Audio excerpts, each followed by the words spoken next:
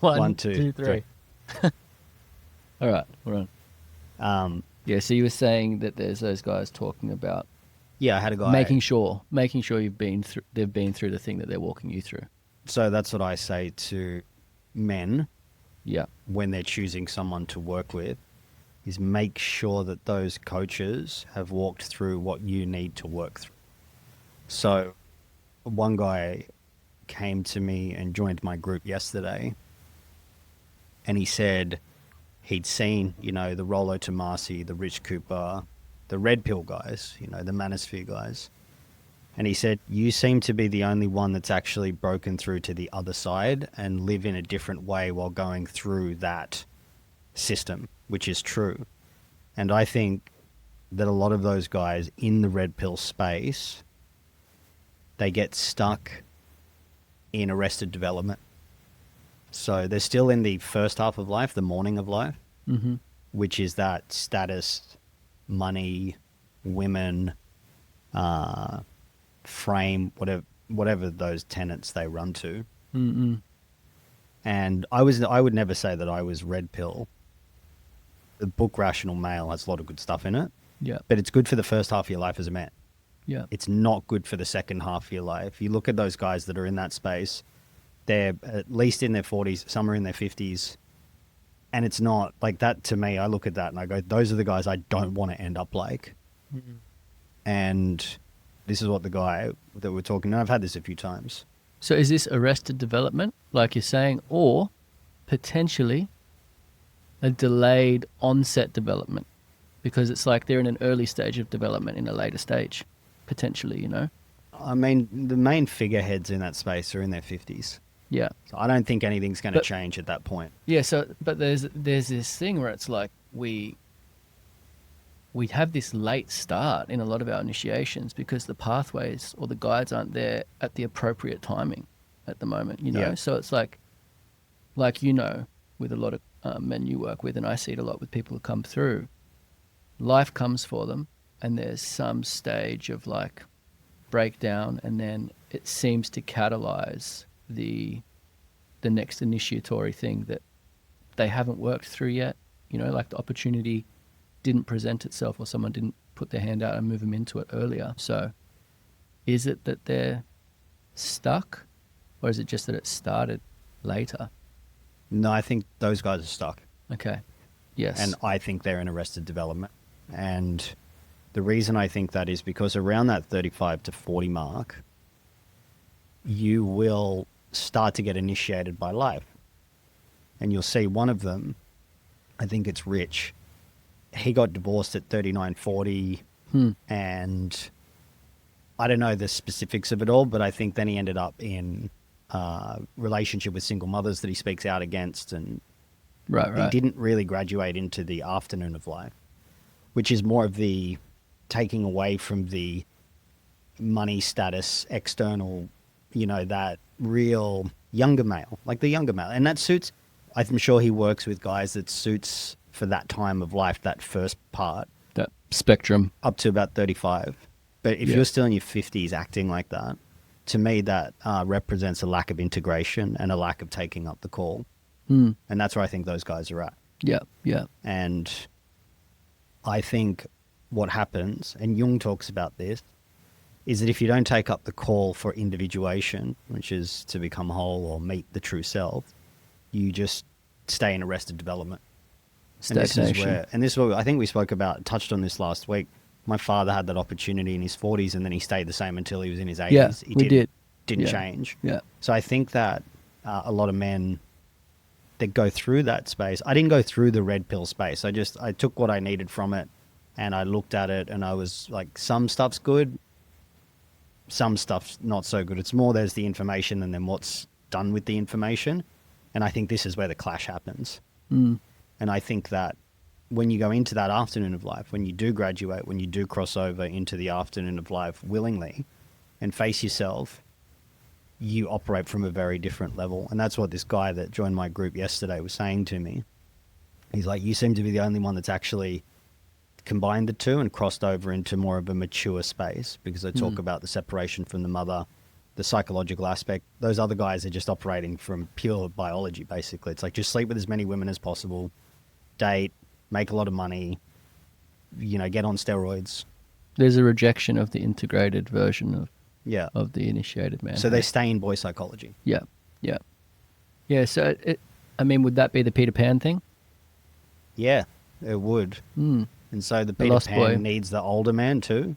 Yeah, And so because there's a lot of lost boys out there, these guys which are older seem like the Senex, which is the older man with authority, but they're not. They're yeah, just older men masquerading. They're boys masquerading as older men. yeah, Because when you get into the older man aspect, in my opinion, and the men that I've met, there's a spiritual solidity to them. There's something else that they've pulled from above down into this world, into Yeah. matter, yeah, as in physical matter. They've made Yeah, something a yeah, reality yeah. instead of floating around, unable to commit.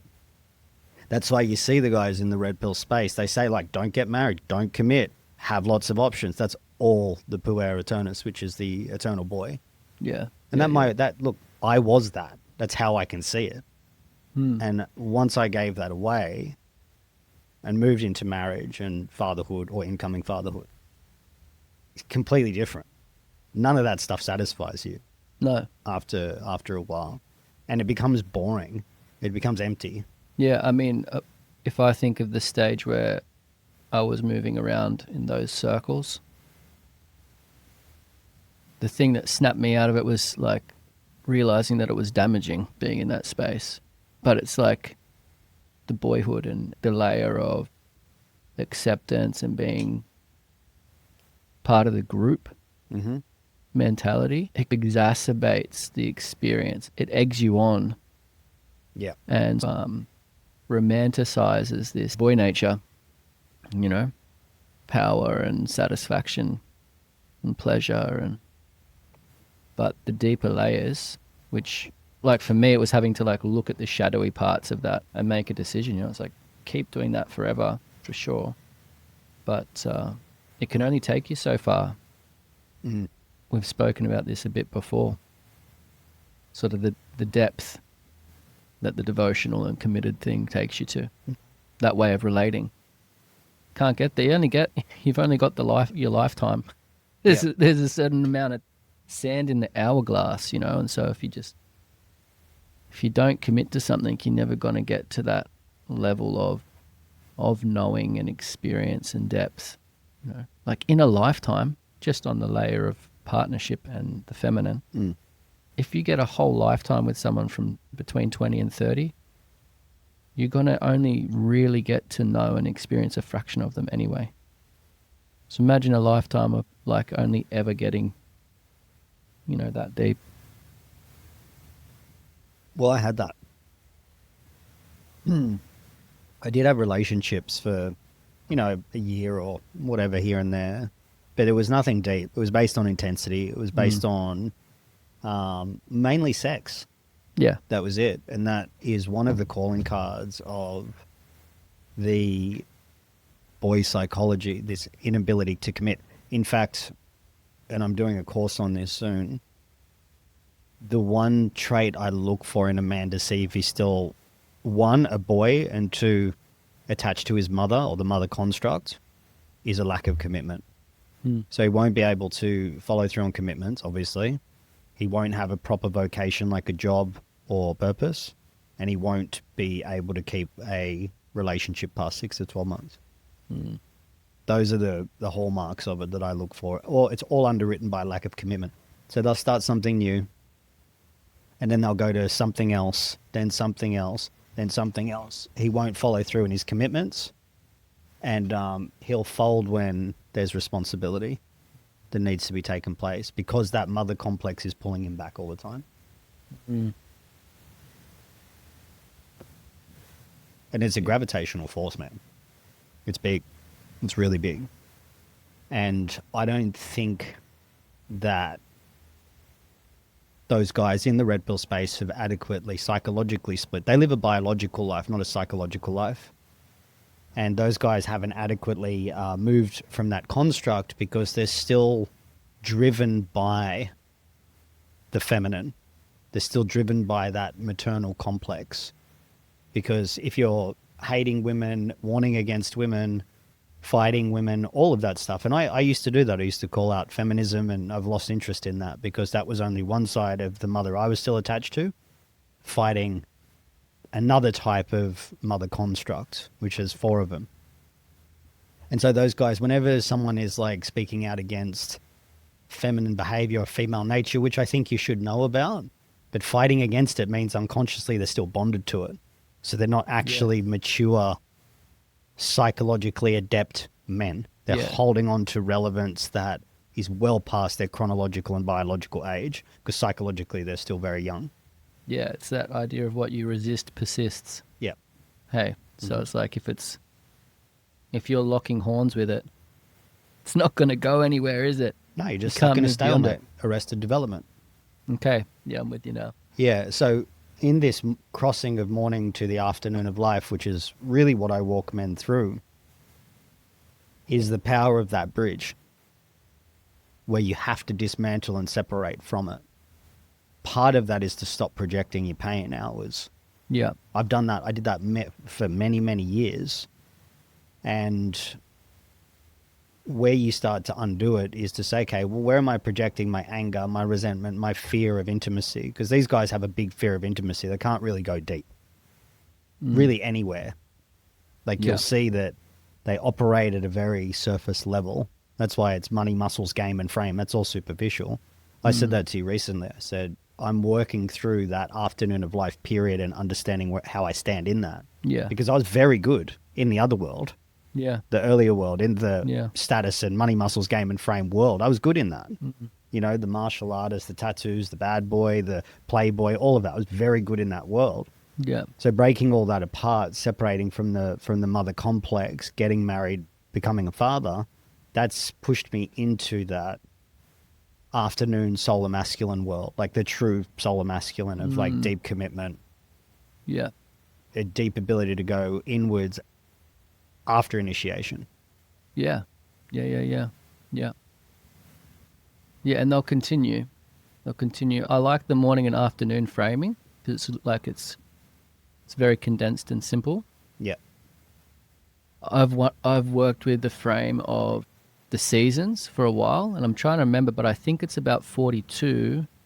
You're going into the autumn, or it might be earlier, but it's based on the 7-year cycles, right? So it's like you have your spring and summer.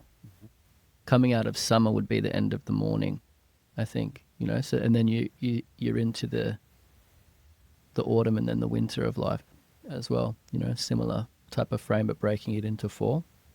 So there's this initiation in the afternoon half that would be between autumn and winter as well.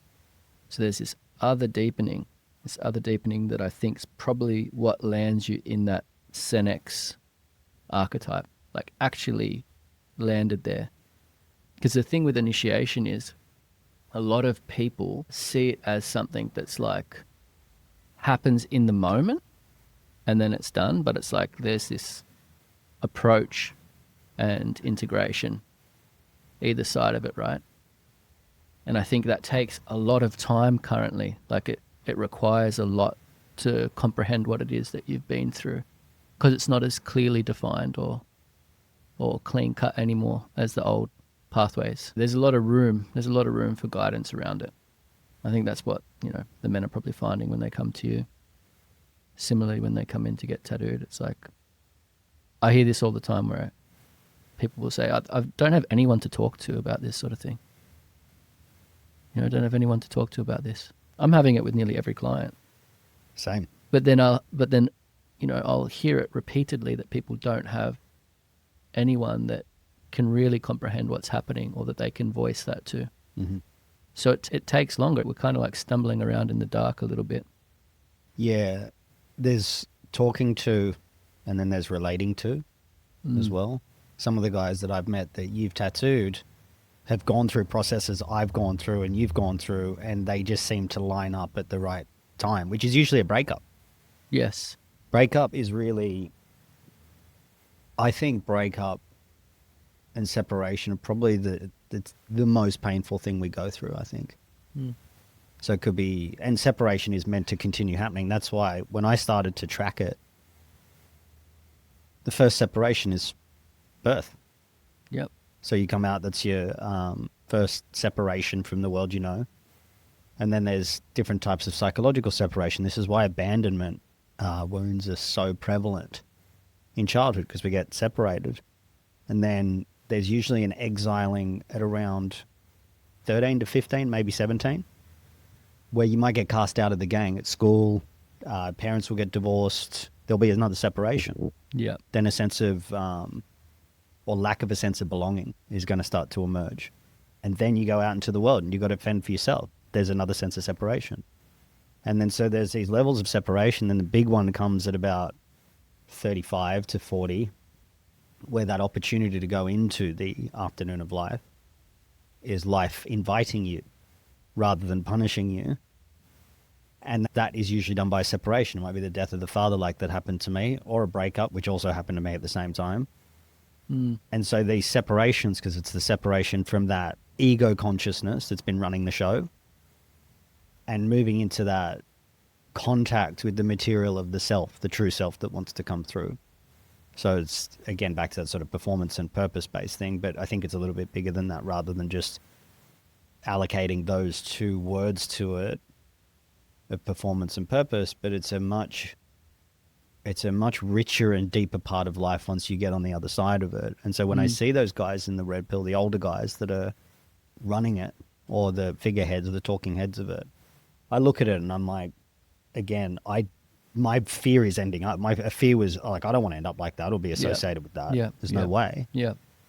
But once you let go of that earlier stage, the ego consciousness, that morning of life, the contact you make with reality, and it's so much richer. It's so much more. You live a psychological life at that point, and it's deeper and it's richer and it's more meaningful, and it's got more weight to it, more gravity to it, instead of just making videos about women, you know, whatever. I can't even bother going into those guys. Yeah. You know what I mean? Like, yeah. I heard some real similar language the other day. So performance and purpose. It was Martin Shaw, actually, and it was persona and presence. I think that's what it is. Like, it's these stages you're constantly having to catch the identity that you're starting to curate as a costume for yourself, you know. And when you're present, it's a different layer of knowing who you are, right? Because it's not being informed by any of those outward displays. It isn't those things. And so, like, what I'm most interested in is like what that material is that you make contact with when you move beyond the identity. So this true self that you say Jung sort of references, it's like, what is that? What do you think it is? What is that? How would you describe that? I mean, I think I'm still in a space of coming into contact with it and out of contact with it. And, you know, so like into presence and out of it. I find when I'm in a process of helping someone else navigate it is when I have the cleanest connection myself. So like when I'm not in the ring, for whatever reason, there's a very familiar and developed ability to be in presence then, right? The thing that I'm dealing with now is starting to think that being in that space is who I am, opposed to the integration of it into my everyday life. And this is where the everyday initiation layer came from for myself when I started writing about this, was catching a misidentification with what I do as who I am. And then going, it's actually about the thing that's in front of you every day. You know, what's underneath that, what the material is in every day. That's actually the spiritual work, you know. So long way of getting to an answer. There's what Jung would call the true self. And I was pointing this out to you and asking the questions like, what is that, you know? Because for me, the distinction between these two layers, the thing that's like underneath and real, and the thing that's kind of on top and more superficial. I'd say that superficial layer is the self, and what's underneath it's more the spirit, the soul, the non-physical thing. The thing that animates us, that's distinctly different to the flesh and to the rest of the natural world. There's something in us, like, yeah, the whole world's animated, but there's something in us that's distinctly different. What would you say the material is? I think it's more of an absence of material. That I think it's more of an emergent process and a revelatory process than a doing process. So I would say the first thing is when there's an absence of distortion between who you are and what you do and how you think. So there's cohesion there, and there's no fear that underpins it, but it's not because you've got courage which is trying to overcome the fear. There's a consistency in the way that you show up, the way you think, the way you speak, feel, and operate in the world. So one of the ways that I identify this is, again, for me, it comes back to the mother complex. That's all my work. Always, I hey? think, yeah. I think that is the underpinning of every problem that males face, is connection to the mother complex. Whether it's the divine goddess, which keeps the Peter Pan guy floating in spiritual jargon in the spiritual worlds. A lot of guys will go into the plant medicine realm here because they'll keep needing to go up and out, not down and in. Then you've got the devouring mother, which wants to consume your identity. And that's more of a one of like, who am I without the feminine, being oriented to the feminine? I don't know who I am without that. And then there's the virgin mother, which is people go down the religious path with that. And then there's like the Kali archetype, which is more the destructive force, which we're seeing really take over in society at the moment. So which one would you say the red pill space is in opposition to out of all of those mothers? Devouring and Kali, destructive, probably more in the destructive mother. Yeah, Because yeah. red pill's more the opposite to feminism, which Yeah. each group should have their own space. Like, let them have their own space. Yeah. But they're both just they're both in a wrestle. Yeah, They're yeah. both these leviathans that they battle against. Yeah, well, I was just picturing some men that I think must be in the arrested development process as well, that are in that Mother Gaia complex or Virgin Mary complex, where there's an over-identification there as well. Well, what are we seeing in society? We see a lot of people go from New Age to what? Religion. Yep. That's those two archetypes at play, man. When I saw this, I went, okay. And a few years ago, I called a Christian revival, and I didn't know why. I just saw this as a pattern that would be natural. I see the divine goddess as like this flat structure, and then Christianity is like and Catholicism is like a vertical structure. Yeah, you have the horizontal and the vertical. Yeah. Yeah. And so what natural way to break out of a horizontal than go to a vertical? It's just the other side of the coin.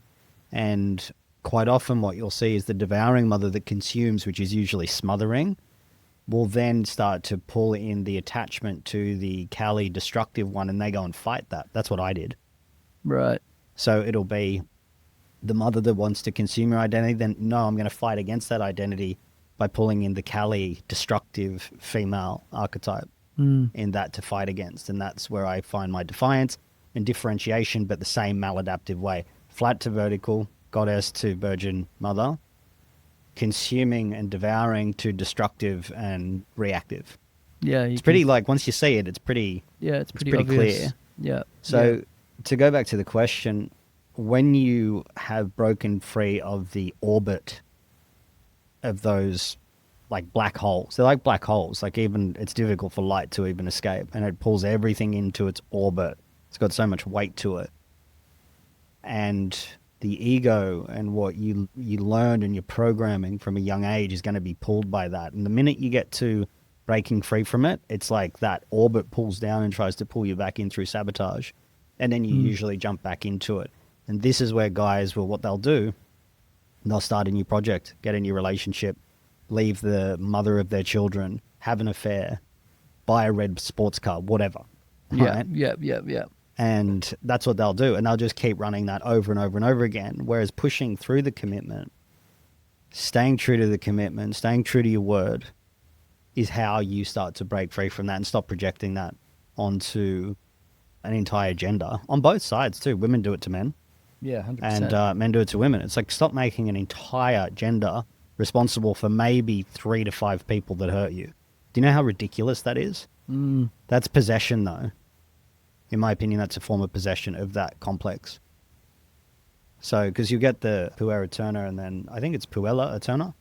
I can't remember the name for the eternal girl. okay. And the eternal girl is just as prevalent as the eternal boy. And both of them are very self-serving, Yeah, selfish opposed to very selfless. selfish. Yeah. And then what have we got now? We've got one side of the equation, or both sides, not getting married, not having children, seeking material gain, which is the ego consciousness in the first half of life. That's that pursuit. Yeah. And then never breaking out of it, but then getting into their 40s and 50s going, fuck, what have I done? Which is the call sign. This is what's coming as well on both sides. The next 10 to 20 years is going to be quite a wake-up call for a lot of people that didn't go down that maturation process. What do you? Oh, a lot of suicide, medicated, depressive episodes, More so than we're escaping. seeing now, because Yeah, there's lots of it already. we're only at the start of it. And we don't have, at the moment, the technology to fully dive into. Wait till the metaverse is fully up and running and people are in that. They go, fuck this life, I'm going down that. So that's why streaming's the start of it. People stream and they're streaming for 8 hours. There's Asmongold or something like that. Have you seen him?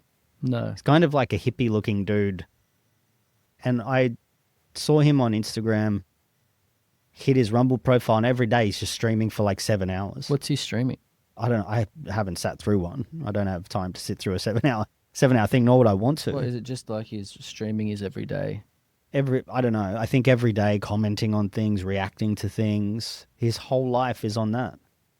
So you think about that, it's just going to become like dropping into a room. Oh, cool. I'll go see what Asmongold's doing. I'll go see what Mark Nara's doing. I'll go see what Jag's doing. But for 7 hours a day. So this is the start of going into that world. And if you look at the guy, he's usually got like a dirty looking white t-shirt on. Like he kind of looks like he looks semi-homeless. He's a pretty funny guy. I'm not taking shot at his personal thing, but this is what I see as the start of it. The way to connect is going to be to exit biological, psychological reality and dive into artificial reality. What's that movie? Ready Player One. I haven't seen that yet. Oh man, you're basically explaining it. It's like a apocalyptic world where there's like basically this world is so disrupted and disheveled that people are just choosing to check out in their little den into their VR goggles and their suits on there, and they're just like in artificial realities. Yeah, that's and where I then think it's half gonna the go. people are locked in it because they need to be in that space mining to get their like debts paid. So they're locked into the suits and the goggles. That's where I think it's going. I mean, I haven't seen that movie, but you can see with is it the Oculus, I think it's called? Yeah. And it's like, it's this divorcing from biological reality into synthetic reality, because there's an anonymity in that world. You can get the results artificially without having to work for it. Yeah. Yeah. You know, I look at this from two really things of what we want as men.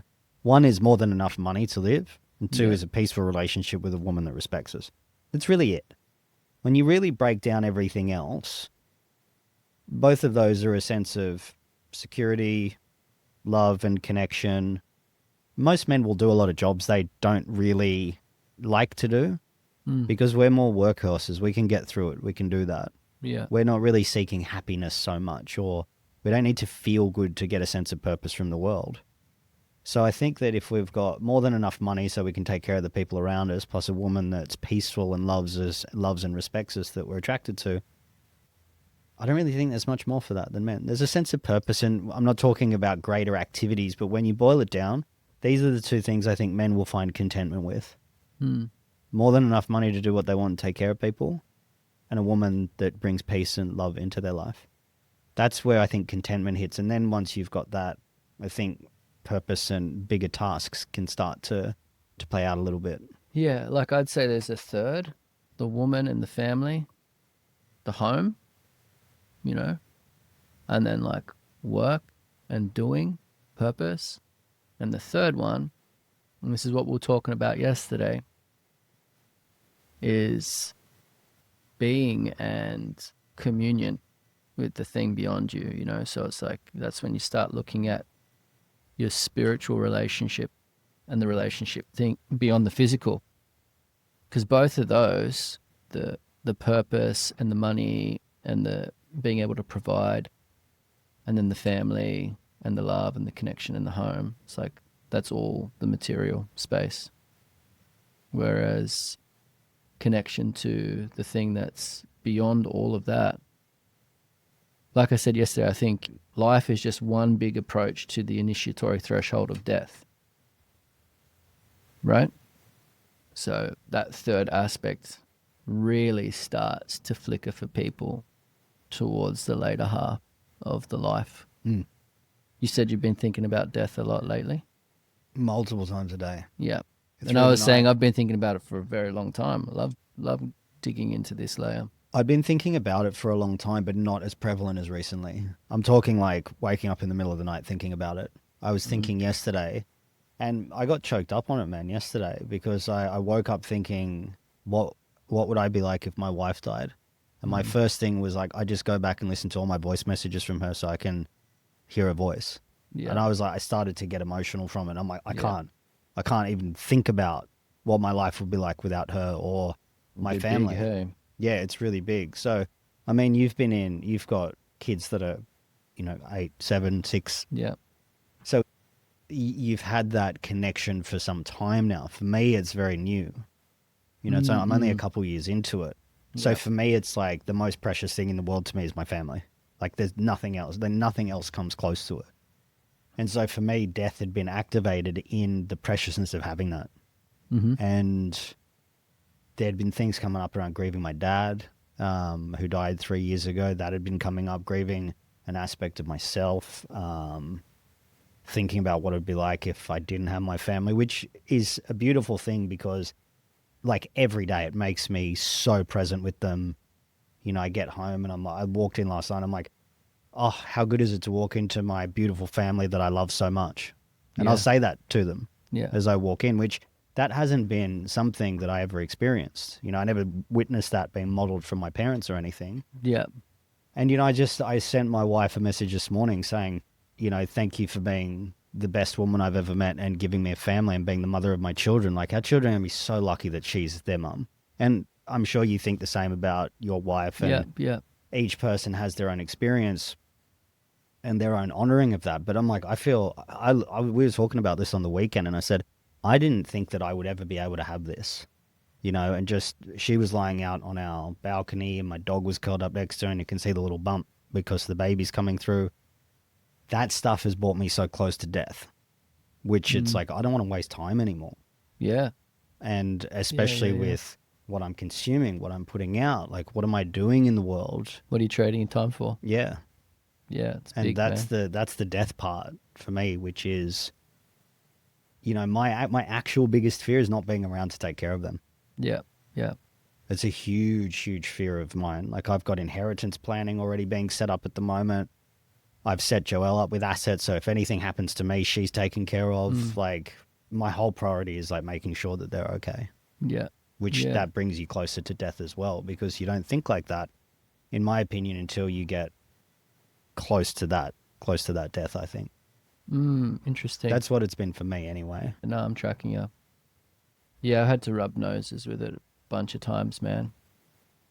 And one of the places I've landed with it that I think's like, it's not comfortable, but it's reality, is that it can be, your family can be taken from you at any time.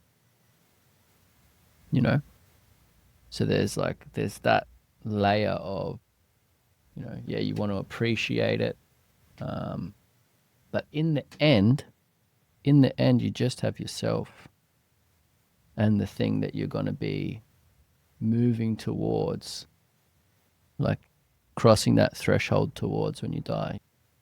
And I think the family and the purpose, so the home and the workspace, are essential essential ingredients in developing and discerning this full spectrum of love and appreciation and joy on one end, and then like loss and grieving on the other. You know, that's what they're there for. That amplification's there so you can feel the full spectrum. It's so hard to know what's going to be on the other side of that thing, right? When you cross over. I was chatting with Jarrah last night and he was kind of in a confused space. I was trying to explain some things to him. And, 6 years old. Mm-hmm. They're not in that cognitive field yet, Mm. being able to grab it all. And I realized that like one of the biggest layers of security and sort of transmitting what's necessary to be safe and fulfilled and secure in this life is like pointing him to the thing that's beyond the physical as well. So I find that that's really important in fathering the kids, is like making sure they tap into that thing and knowing that you're tapped in the spiritual layer. The spiritual layer, the father layer. Yeah. It was actually, Jarrah was trying to comprehend money. Mm. And I'm there sort of explaining some layers to him the best I can. And he was so confused, man. So confused. And having to do hard work to get things. Things don't come from nothing. I don't know if you've heard that story about the boy who wants to be a warrior, and his father says to him, I've got the thing that you need to be the most established warrior. Like the thing every warrior needs, I have for you, and it's in a box, and it's out in the yard, and it's under that rock there. I put it there for you. And the boy's like, are you serious? And he's like, yeah. He goes, as soon as you can get it out, it's yours. And so the boy like goes out and tries to move the rock, and he can't. He's working at this rock, trying to move it for a long time, and coming in asking his dad what it is. Like, is it a sword? Is it a shield? What's in there, Is there a training manual? And he says like, oh, you'll have to wait and see. And years go by, and, he's slowly starting to get this thing to move. And eventually, long story short, he moves it and unearths the box that's there that his father said. And he's just so ready for this moment. He opens it and there's nothing there. There's nothing in it. Comes to his father and he's like, what? Like, where's this thing? And he's like, look at your muscles, bro. Like, you have the ability to move that rock. That's the thing that you need. The whole time he'd been developing this thing in him. And Jarrah didn't really appreciate that story when he was trying to understand what, why he might actually have to do something that he doesn't necessarily want to do or enjoy. He can do things he does enjoy, but the reality is there's a trade. There's this reciprocity. You need to put something out to get something back. I was trying to explain that. Anyway, it got to the point where it's like I realized I didn't have the answer that he needed.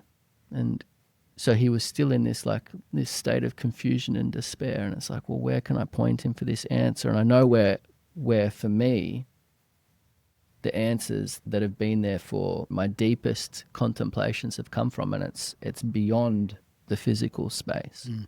It's a very, very deep internal space. And I think that shares proximity with the thing that's the most outside of us as well. If you think of the torus geometry, the internal channel is feeding the whole external space, right? And so that's where I pointed him. I was like, man, you just need to ask for an answer to that.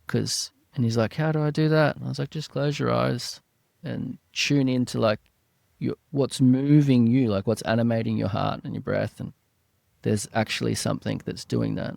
And he did it. So I could feel his whole body sort of calm down. And I said, and then have some dialogue.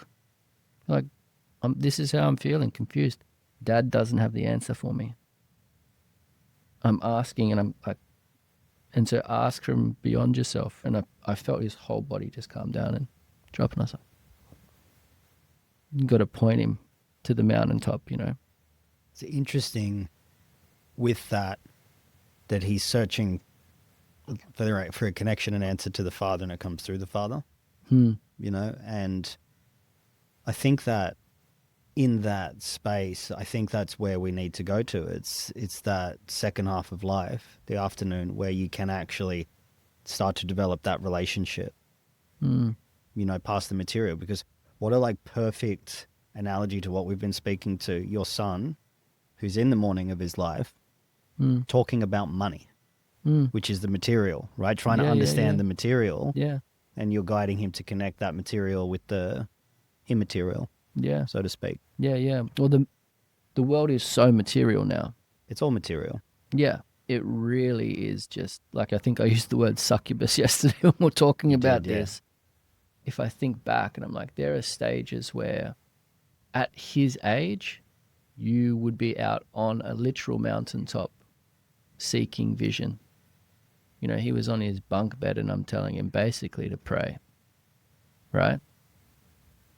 But at the same time, you know, I told you about my teacher that was put out at 7 and he had to keep the fire alight. You know, there's an older way where people would be already connecting and having a vision-led life at a younger age. This is why I was saying maybe there's this delayed onset in initiation that I think's happening, I agree. and maybe the relationship to material it's stickier now. The old material relationship would be like, did you know how to track and find food and build shelter? And they were like those sort of skills. And I don't know if it would have been as sticky as it is now in terms of the money and the sort of diversity of persona and identity that you can build up. It's like a bloody carnival at the moment.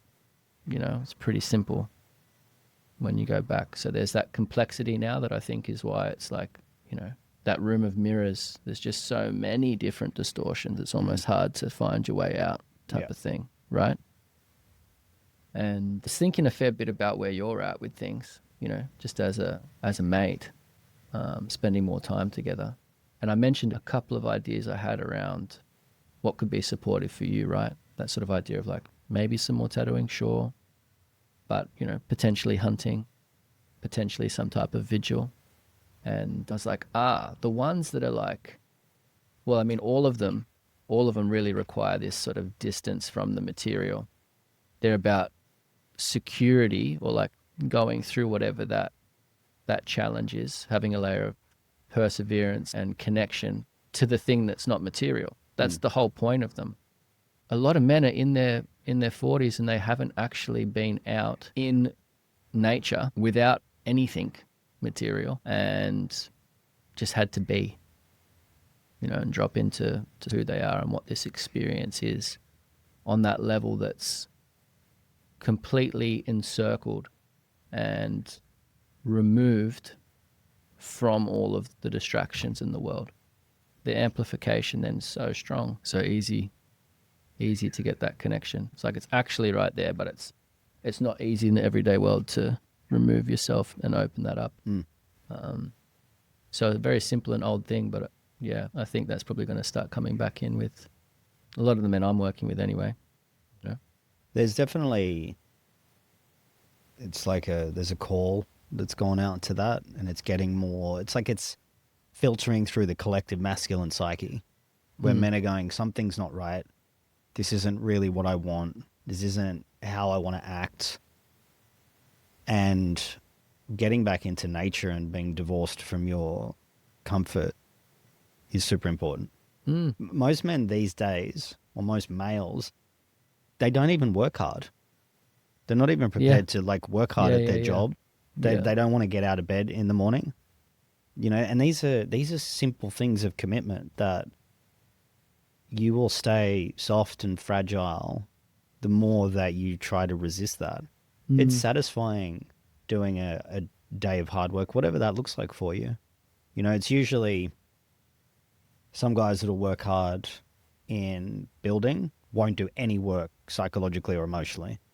Right. And the guys that do a lot of psychological, emotional work won't go and do something hard like martial arts or hunting, free diving, whatever that looks like. Yeah. And it's about doing both. So what is the actual fear? What's the thing that I don't want to confront? And you'll see a lot of those guys, and I've seen that in, say, construction or something like that, have the psychological and emotional tolerance of a child. And then the guys that also have the same psychological and emotional strength to do all that have the physical strength of a child as well. You know, they usually compensate pretty hard, and our world allows that now. Mm. Whereas back in those tribal days, you'd need to have both. Mm. And it may not be the same as going into your attachment styles, or I think our society is just way over therapized. Not over psychologized. The psychological life is different to modern psychology. They're two very different worlds. I'm not talking about the having a psychological life and being in contact with the deeper aspects of your own psyche. That's not what I'm talking about. Most people are so caught up in working out their attachment style, Yeah. working out their trauma, or being not even working it out, but being identified with it. And it can form part of your story, which it does for all of us, but fucking transcend it over time. You're meant to move through it. You're meant to move yeah, through yeah, it. Yeah. And I'm not talking about the ones at the extreme ends of the bell curve that have been involved in like seriously messed up stuff. My heart goes out to them. I'm talking about the people that just say, well, my dad left when I was 5, or, my mum was rude to me, or my school teacher, I got bullied at school. Like, get the fuck over it at some point. Like, we're in such a safe world, we can indulge in that. We're in the safest world that we've experienced. Yeah, in ever. a very long Safest time. Yeah. and the most affluent ever. Yeah. And people are the most fragile and the most vicious. Yeah. Yeah. And that's a real statement to Yeah. where we're at. You got the luxury to indulge in that. There's like becoming over-identified with the story or the trauma or the wound. Yeah. Right? Turn it into something and use it, but don't stay in it.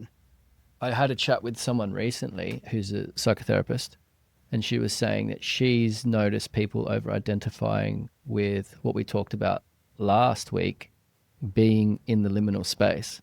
Mm. So it's like being unformed is becoming an identity as well. Is it? Yeah. Can you speak more to that? Yeah, without revealing too much around, specifics of the story. The overarching theme was that in group spaces, people were relaying the story of being broken down and not in their next form in a way that she was perceiving as being the new form, the new identity, the new mask, and that it's not a space that you're meant to dwell in and get comfortable in or actually know it really well. It's meant to be that space of chaos and void, and you're meant to come out of it into the next thing. Yeah. And kind of like on reflection almost be like, whoa, like that just changed me. Mm. I just went through the fire opposed to hanging out in it. Yeah, fully being with it. Yeah. It reminds me of another thing that my client said yesterday that I worked with. He's a dad of 2 and he moved here from overseas and runs his own business. He's just life's putting him through it and he's meeting it really well. And I was like, what keeps you going, man, through the hard bits? And he's like, he goes, it seems really simple, but when you're going through hell, don't stop. Yeah, why would you want to stay there? Like, why would you want to stay there? And so I think the unformed space, you don't have to say it's hell, right?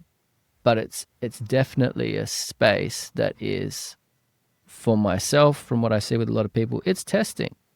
It's confusing, it's disorienting, and it sort of requires you to move to try and find some solid ground. Yeah, to latch onto something. Yeah. But to not want to latch onto something and to just sort of like stay there, it's like you're in the womb again. Men will want to snap back to that place. So that I find fairly universal with the men that I work with is when they're breaking free from that mother complex, that gravitational weight that pulls them back down, is depression, loss of motivation, loss of meaning, loss of direction.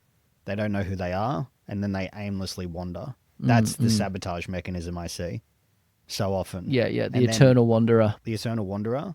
But also they're through the hard part. But that mother complex is going, no, you're not going to let me go. Because at that point, you have to break the loyalty bind to that construct.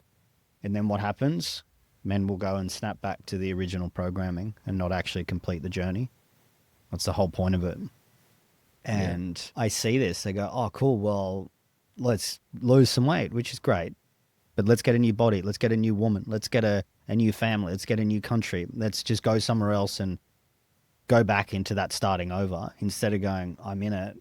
And fortunately, I've been through this a number of times, and I've been in it. I was in it up until about 2, 3 weeks ago. For a year, I was in that space and navigating it, going between it, feeling the wrestle, feeling the conflict, loss of motivation, depression, sickness, injury, all the things that tried to keep me stuck. And then the minute I put that bookend on it and I saw what I was in, which was all a form of suppression, Mm. that's what it is. And then me growing up, what did I live in a household of? Full suppression.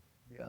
And once I saw that, and I saw the prevalence of it out there, it became an energetic liberation, which is what I said this before, that when you put the end on that, all that creative energy starts to come out again. Yes. You feel alive again. Yes. And this is the problem with men in the world, is they seek aliveness out there because of the deadness inside. Interesting. And Okay. it's the dead entity, the dead identity that's there. That's where, I mean, in the grieving process, before you pop through, you'll hit the depressive stage. Most people don't get out of there because then they identify with the depression stage. Mm. And then they're too afraid to start anything because they've got no motivation. And then because they have no motivation, they have no meaning. And because they have no meaning, they don't develop purpose. Yeah. So they just yeah. stay stuck in there. Yeah, So, okay, yeah, cool. yeah, You're yeah. never going to break free. Yeah. What else we got? I'll smoke this pipe. Yeah, see, this is my grandfather's one. Oh, yeah. Wow. And that was the one.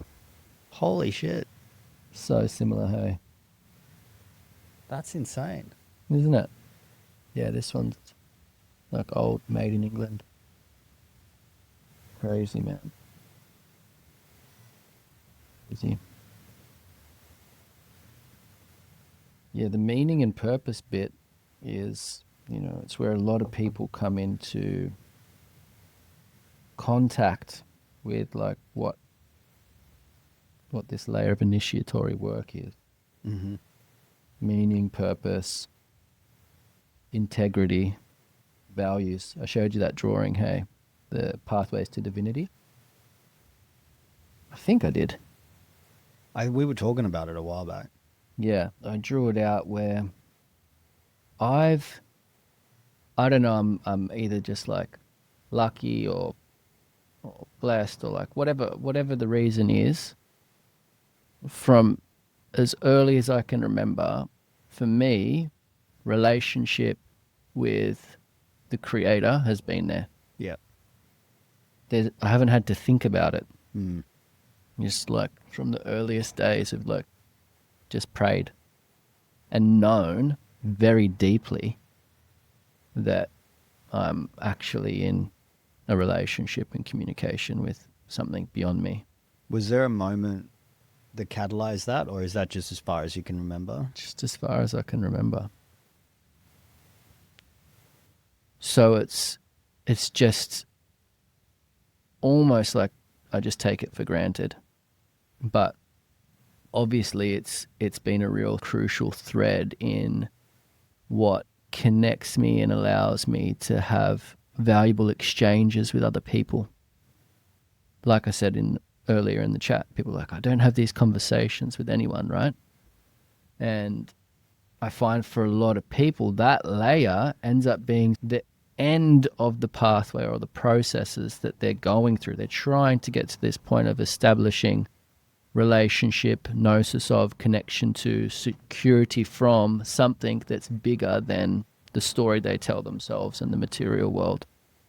And so the pathway's there. When I track it backwards, in terms of like where people are coming into it from, it's those things. It's like values, meaning, purpose, integrity, and they all sort of funnel towards, well, what's actually real and true then, real, good, what's actually good, like discerning that sort of bit of the spectrum. What's fake and what's real, what's good and what's not good. What's that thing, what's not that thing, because both exist. And then from truth, ultimately, you can't avoid it. You're going to end up at the divine. You're going to end up there because you get the full evidence of the case of what's happening. You pay attention, and that's just where you end up. So what would be a symbol? I understand the the connection to that word symbol, especially from an occult reference, and we're talking about the divine, right? So I don't mean it from that perspective, but what would you say is for Mm. you your, if there is one, Mm. a core marker to connecting with the divine, to seeing it there? What would, is there something? Is there like a clear evidence for you? A marker or evidence. I mean, like I said, it's just always been there. Mm-hmm. So, but is there like, so I'll give you how I would answer that Yeah, to yeah. sort of give you an example. So for me, there's two. One, it's beauty. Seeing that, not necessarily in a, a nice looking sports car or a good looking woman. I'm like being in nature and being in awe of what's been created. And the other thing is the precision with which this reality works. And once you see that, and that's what I try to get all the men I work with into, is seeing the precision in things. Because once you see the precision in things, you see that it doesn't make mistakes and that there's laws. And once you see that laws have been created in a world, then there must have been a creator that created the laws by which we can't violate and we can't transcend in this reality. There's limitations that we hit. And that precision guides this evolutionary process. And if this reality is made for evolution, then it's perfectly designed for that. It's so precise.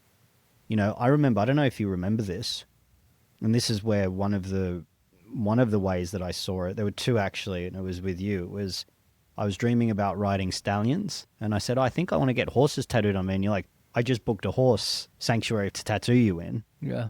So there was that. And the other one where, remember I said that I had a dream where I was taken on a ship and I was throwing sand on the table and it was vibrating into I shapes. do remember this. Yeah, and you were doing those shapes when we weren't in proximity to one another. Yeah, I yeah. remember we were in Bondi and you were eating, and We're in the Bondi look at the on your Japanese face. place. Yeah.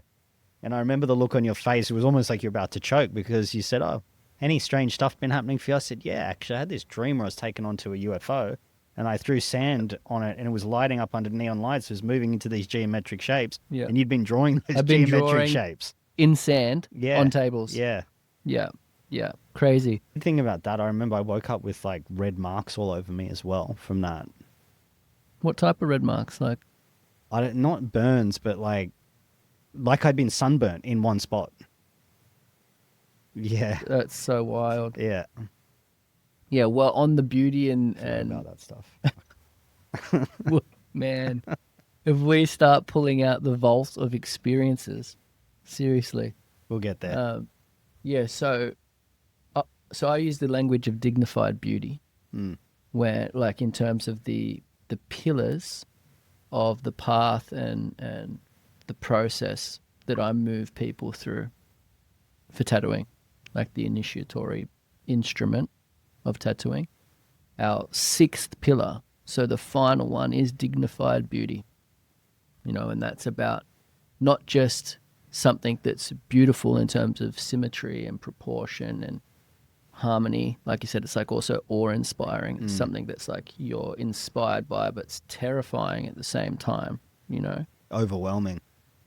It's about that having a designated reason and purpose in it to be witnessable and known. So that's the precision piece, right?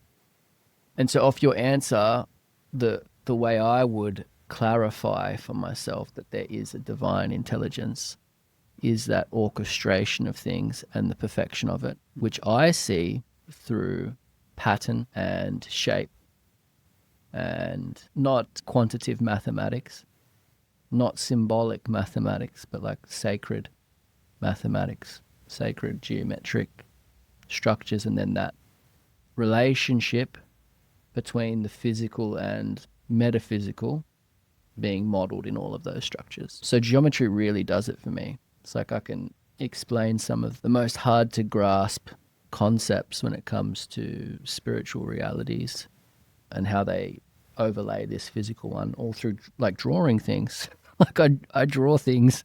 We talked a little bit about that, hey, where it's like the way you're working with someone brings language and this cognitive comprehension. Whereas I work with people in a way that brings a visual and witnessable change and comprehension, you know? Which is just another language. Yeah. So it's like, yeah, you see it in nature, just like, oh, wow, the language of the creator is everywhere. Yeah, like the shape This, of a like, wave, yeah, a sunflower. this is that. But then also it's like, what is that?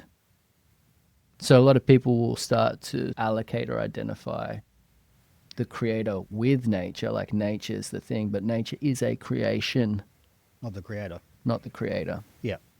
Yeah, and that's going back to it, which people probably get sick of me talking about this, but the mother thing, right? The divine goddess, Mother Earth, Yeah. right? The great mother. That's part of the thing that we need to divorce ourselves from. Not in a negative way, but we need to, maybe divorce is the bad word actually, but separate ourselves from that as being the creator is nature. It's the creation of the creator, like you said. I fully agree with that. And that's part of the deification of the creation. That's idolatry. Mm-hmm. And that's one of the ones that we need to separate from as well. Yeah, nature's brutal, man. The creator So is brutal. the creator is good. And this is like that discernment piece again. We're here to experience the spectrum, the mechanism of the pendulum and polarity to orient us towards what's good, Yeah. what's real, you know, the truth of things. And otherwise you can get stuck in this space. And I think this is what we're talking to, the nature of that spirit underneath is the truth. And the truth doesn't change. Nature changes. Life changes. The material changes. And this is why one of the things that I always talk about is being a custodian rather than an owner. Ownership creates a lot of conflict and problems because we don't want to let go of something if we think we own it. But we're a custodian. We're custodian of our bodies, of this life, of this world, of the time that we have. We're custodians. Or I think, is it Gandalf that says it? I think he says all we can do is make the most of the time we have, or something profound like that, which is there's so much in that book series. People should go and read it. But, you know, we just got to make the best use of the time we have. That's it, because it's borrowed. And where I see people just wasting time, Oh, so much time wasting, hey. man, it astounds me Yeah. Yeah. how much time people waste. And that's the biggest mistake human beings make, is we think we have time and we don't. It's very shallow, and it's very I just found out a couple of days ago that a friend of mine's wife died, and I was actually friends with her before I was friends with him, and she was only just entering her 40s. Well, Yeah. And they'd been together for 20 years. you just never know, man, Yeah. when it's going to come. Yeah. And it was very sad because she was a beautiful person, like awesome person. You just think, fuck, I'm older than that. And thinking about how much time I have wasted. Now that when you become conscious of it, and now that I'm conscious of it, and I can guarantee, I know I'll say the same thing when my son's born. I'm like, I wish I'd done this earlier. Oh, yeah, yeah. Everyone I know, I've got multiple men around me that are similar age that have had their first children. They're like, oh man, I wish I'd done this earlier. This is why I have a big issue with the narrative in society. Like, live however you want, but this anti-family, anti-child narrative, Yeah, I can't understand it. But Yeah. I can, because at one point I was like, I don't want kids. I don't want kids. I'm going to be the bachelor forever. The boy Yeah. forever. And in Yeah. that time, you know, I was convinced that that was my life. Yeah, yeah. But now, you do a couple of years of conscientious, deep inner work, you'll get there. You can't help but get there. It's like an emerging principle which says it's time to become a father and a husband. And there's a lot of narratives pulling against that for a reason. There is cult of self, like you say. And then there's this layer of, missed allocation of purpose to something beyond just what's encoded. You know, it's like you don't need to try so hard to figure out some of those layers. You know, the seed has all the information it needs to work out what plant it's going to grow into and what fruit it's going to produce, you know. It's there. It's just about having the right environment. And I think what you're pointing to is that our current environment isn't nurturing the seed. It's not set up for what we're built for. No. That's why I think so many people are lost and unhappy and depressed, because we're literally living against what we're living against our biology and our psychology. I've said this many, many times, not on this, but if we're living in a very progressive society, why is everyone sicker, fatter, and more miserable than ever? That's a symptom Yeah. of how we're living.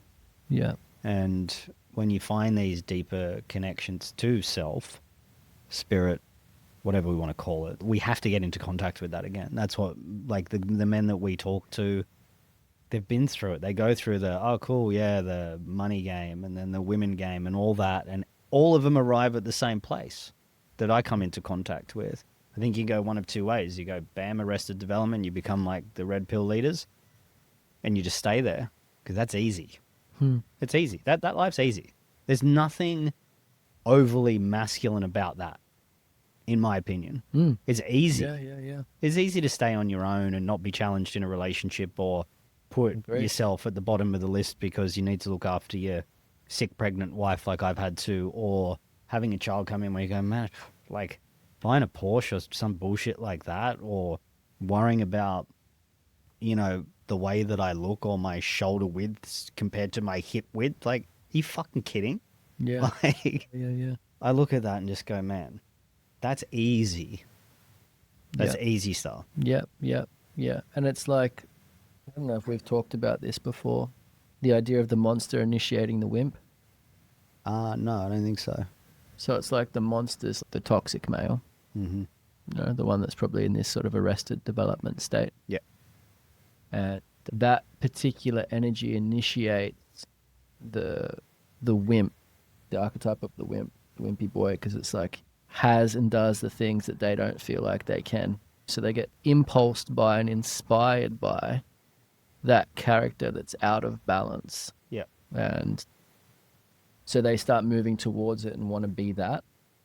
But it's like the monster needs to initiate into, I don't know what the archetype would be, but like probably the healthy king. Well, you'd be talking about the warrior, really, wouldn't you? And like the coward, maybe. No, it's more like if. All right, let's think of an example. So, not that I know much about this particular figure, but like let's say someone like an Andrew Tate figure, Yeah. or someone you might be pointing to in this red pill space, where it's like just focus on you and all of these other layers that require voluntary self-sacrifice are actually a trap. Money and girls and power are the thing that they're embodying and flexing. And the guy that's uninitiated, can't get women, gets rejected all the time, can't make money, lives at home, is going to be drawn to, is going to get a charge from that character. Yeah. It initiates their shadow aspect in a way that makes them move. But if you stagnate in that space, you're a monster. You know, if you think of someone who wants to be a champion UFC fighter, I've had it explained this way. It's like, in order to become the champion, you've got to be a hungry monster, Yeah. willing to kill everyone type of thing, you know? And you're kind of a bit on your toes until you get to the point where it's like you actually are the champion, right? And if you can defend that multiple times, you're more likely then to get to a place where you can be more humble and you don't need to prove anything anymore. So you chill out. Yeah.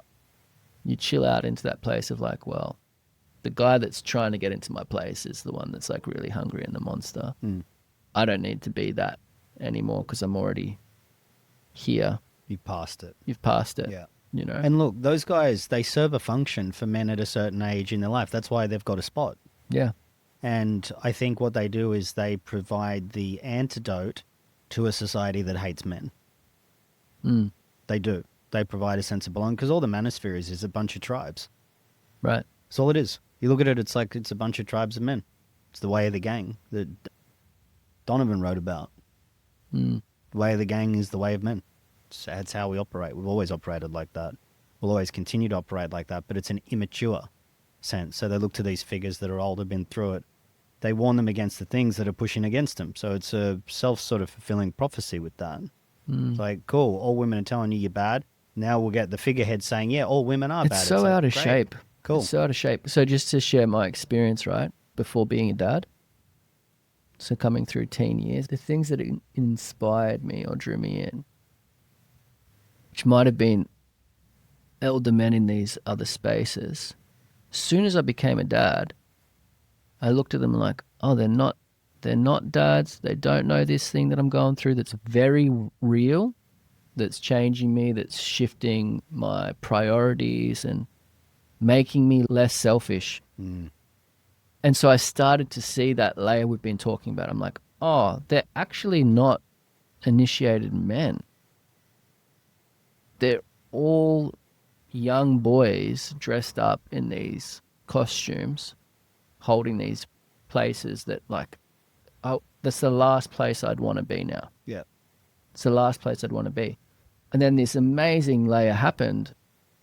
This other layer came in where I started to look to like the simplest thing. Like an example would be seeing a dad dressed in a daggy hat with a kid on his back carrying 2 bags like a pack horse, shuffling through a crowd of people somewhere, you know, like at the Easter show, and just going like, he's a boss. Yeah. He's got it. He's got it I fully agree. covered. Yeah. He's just doing it. And he's like a nobody.